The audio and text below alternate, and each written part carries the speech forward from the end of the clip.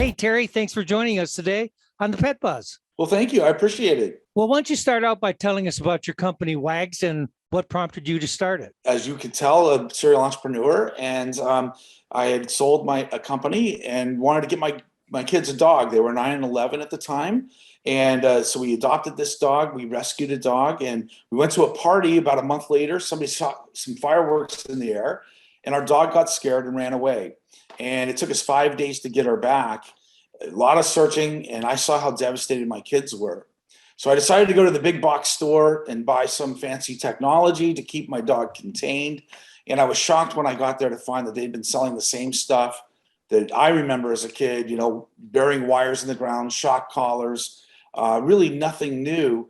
And then I started to research the space and realized the pet industry was such a big and growing space that lacked innovation. And I saw an opportunity.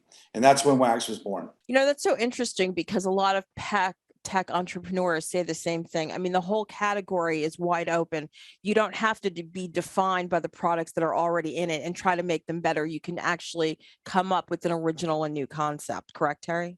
Absolutely. And there is a lot of products made overseas, but they're really not designed the way an enterprise software company would look at it. So bad apps, bad, technologies, not very secure. The user interfaces are poor. So we just saw an opportunity to create a big brand, and Wags is a 4-letter.com. And we really see ourselves as the nest or the ring of the pet space. I really want you to discuss the concept of a connected pet lifestyle. Like, what products are in that product line and how do they contribute to that concept? When we started doing research before we built anything, what we realized is there's a humanization trend going on with pets. Pets have been elevated. When I was a kid, you'd have a pet in the backyard, and then, you bring your pet into the house occasionally. Now the pet is part of the family. And people want to stay absolutely connected to their pet. They want to understand that their pet is happy, healthy, and safe. And so that's where technology comes in. So just like a Fitbit is for your arm, people want to have those key insights into their pet. They want to understand, is the pet getting enough exercise? Are they sleeping right? Is their health okay? And this is where technology can play a big role. And if you're traveling and you want to stay connected to your pet, which most people do, it also builds that bridge and lets you stay connected that way. That's cool. So talk about some of the products in your product line. Yeah, so the foundational product is the Wags Freedom Collar. And the reason we call it the Wags Freedom Collar is because, I've seen dogs on tethers. People like to, have to worry about fences. And we just wanted to set your dog free, but keep it safe. So the Wags Freedom Dog Collar allows you to create a geofence, contain your pet with humane corrections. We don't shock the dog. We use vibration and ultrasonic. We've extended that. Yeah, there you go.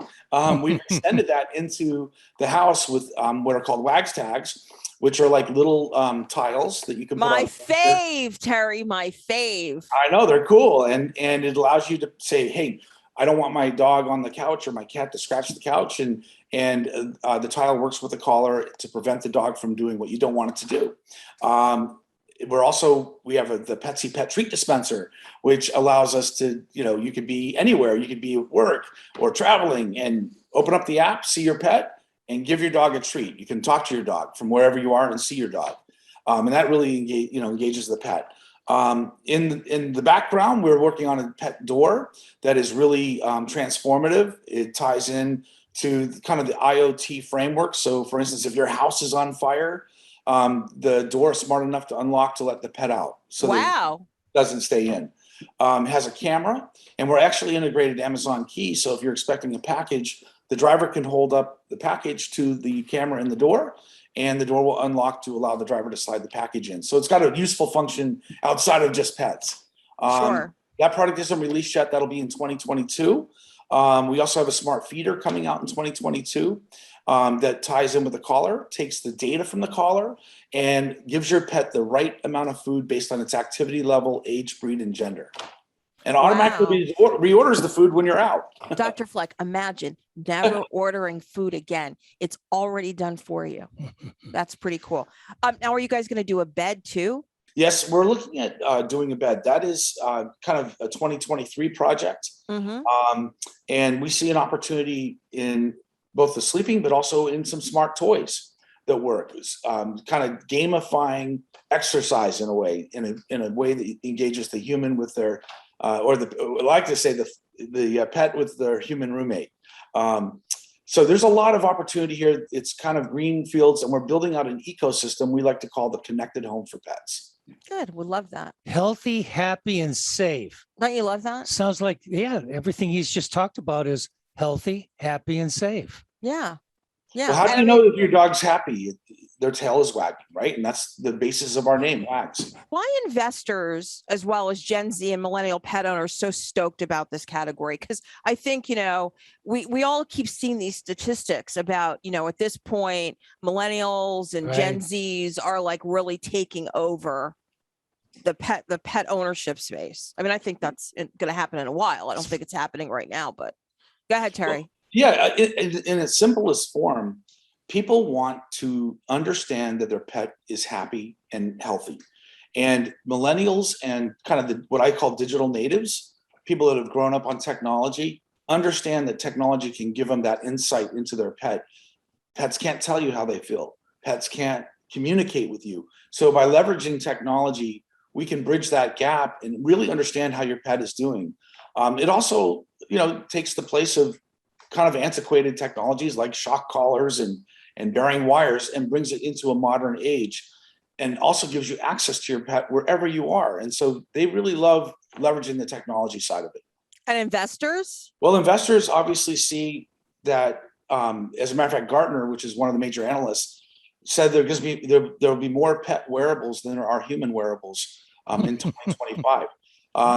There's a huge direct correlation. People are spending money on their pets, and they want to make sure their pet has the best. And oftentimes, as we've seen during the pandemic, people will put their pets ahead of themselves when it comes to food or everything else. The pandemic.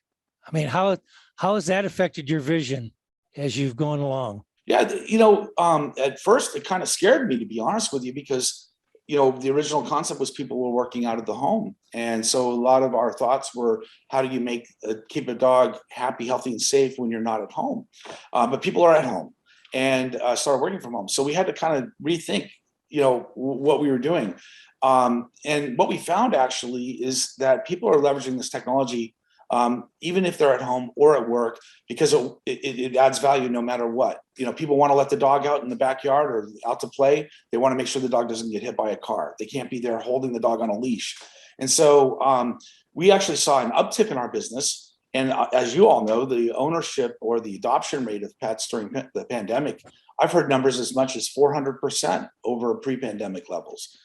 As a matter of fact, you can't go get a dog in a shelter around here. There are no dogs available.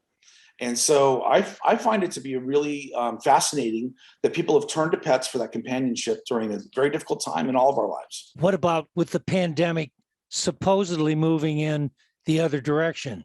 Have you seen changes in attitudes with your purchase of your products? People are the demand for not just our product, but for a lot of electronics right now is off the charts. I think there was a lot of pent up demand. People are spending money right now. The supply chain is very difficult for a lot of companies because it's, you probably heard you can't get a Tesla or a Ford. They don't have the PCB boards or the guts. So we're seeing incredible demand for the product, which is great. But I think the attitudes, and I think that's what you were asking me. I think people, this trend towards pets and pet companionship and humanization of pets is not changing. The millennials and the young people coming up today really are not getting married at the rate they were in the past. They're not having children at the rate they were in the past, and pets are kind of replacing those elements in people's lives. The experience of going online and shopping, obviously that's increased, but the ease of it, we want easy now. Absolutely. we like to think of ourselves as so busy, and we want everything to be just a click away. And unfortunately, during this time, people have to be a little bit patient. For example, a real common drug, penicillin, injectable. I've been 3 months trying to get a bottle of penicillin. That supply chain has really, really been affected, not only for the tech industry, but for the pharmaceutical industry and every industry, textile, Sure. you name it. Yeah, absolutely. It's almost unimaginable how it's affected all aspects, plastics, you name it. Everything is affected, and it really has an impact. Just talk a little bit about how pet technology allows us to give pets a voice and connect with our pets in a new and maybe even more meaningful way. And that could be even, some thoughts about the future. As we started to go down this path, we realized what people really want to do is communicate with their pet. And you see it all the time. They want to be able to understand how their pet's feeling. And so we figured out how to leverage those services like Alexa voice to give your dog a voice. And how we do it is we actually are measuring lots of data about your dog, how much it sleeps, how much time you spend with it, how it's eating, all kinds of habits, even the temperature, the environmental factors. And we turn that into a voice for your dog through Alexa. So you can say, Alexa, how is Abby doing? Abby is my dog.